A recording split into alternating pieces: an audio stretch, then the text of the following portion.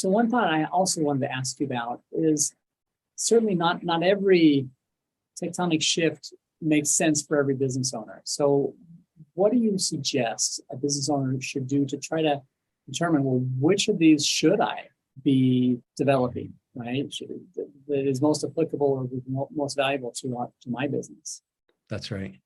That is a really good question. And I'll give you a great example of that. I did a lot of consulting work for David Neeleman, who did Azul Airlines. And when I was developing this initial strategy at the beginning, Orkut was the leading social network in Brazil. Orkut dominated, and Facebook was just a teeny little player, and they had just gone into Brazil. And so as we were analyzing the tectonic shift there, we believed that Orkut was going to decline, and we believed that Facebook was going to become the dominant social player in Brazil. So even though Orkut owned the social space, we put almost no effort and no budget into Orkut, and we put almost all of our effort into Facebook, almost all of our social marketing budget into Facebook. And by doing that, we rode Facebook to success. There was a point where half of the Facebook followers in Brazil were following Azul Airlines, and we rode that tectonic shift. It's kind of like a wave, right? The wave is going to go to shore whether or not you're on it. If you can just get up on the wave, you're going to get to shore with a lot less effort and a lot less time than if you're trying to swim there on your own. So your question was, how do entrepreneurs find these tectonic shifts?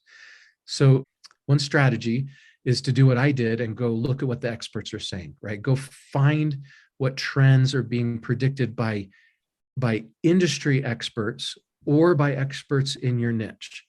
And a lot of times those trends are being adapted in other niches, but they have not been brought to your niche yet.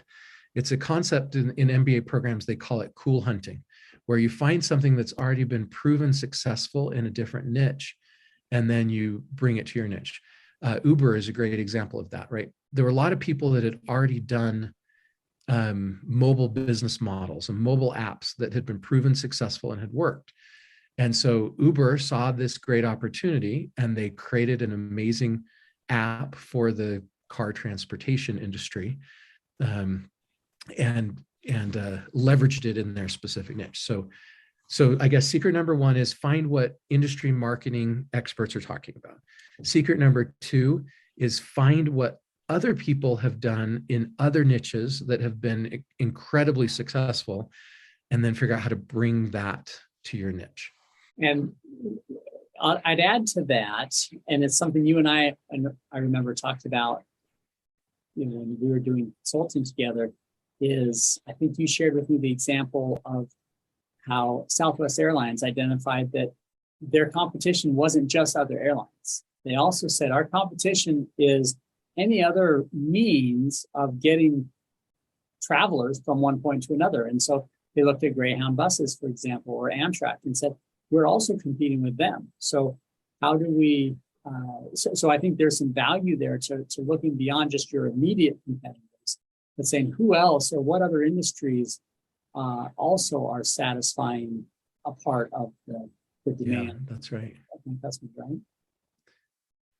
I think another strategy is to take a core principle that's transforming the business landscape, a tectonic shift, and then just say, how do I implement this in my business, right?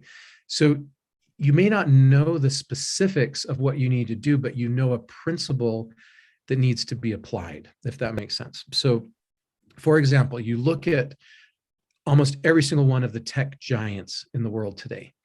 They are all going the direction of recurring revenue. You look at Amazon has done Amazon Prime and click to subscribe. You look at Disney and Disney Plus. You look at Google and all of the subscriptions they've added to their business model. All of them are doubling and tripling down on recurring revenue. So if you see something like that happen by the tech giants and you're in a small little space, right? You then ask yourself the question, how do I leverage recurring revenue in my niche. If you're a cookie company, right? You have a cookie shop, right? You figure out how you can do recurring cookie deliveries to businesses or something. You find a strategy that's working and try to apply it to your business to create a tectonic shift in your industry.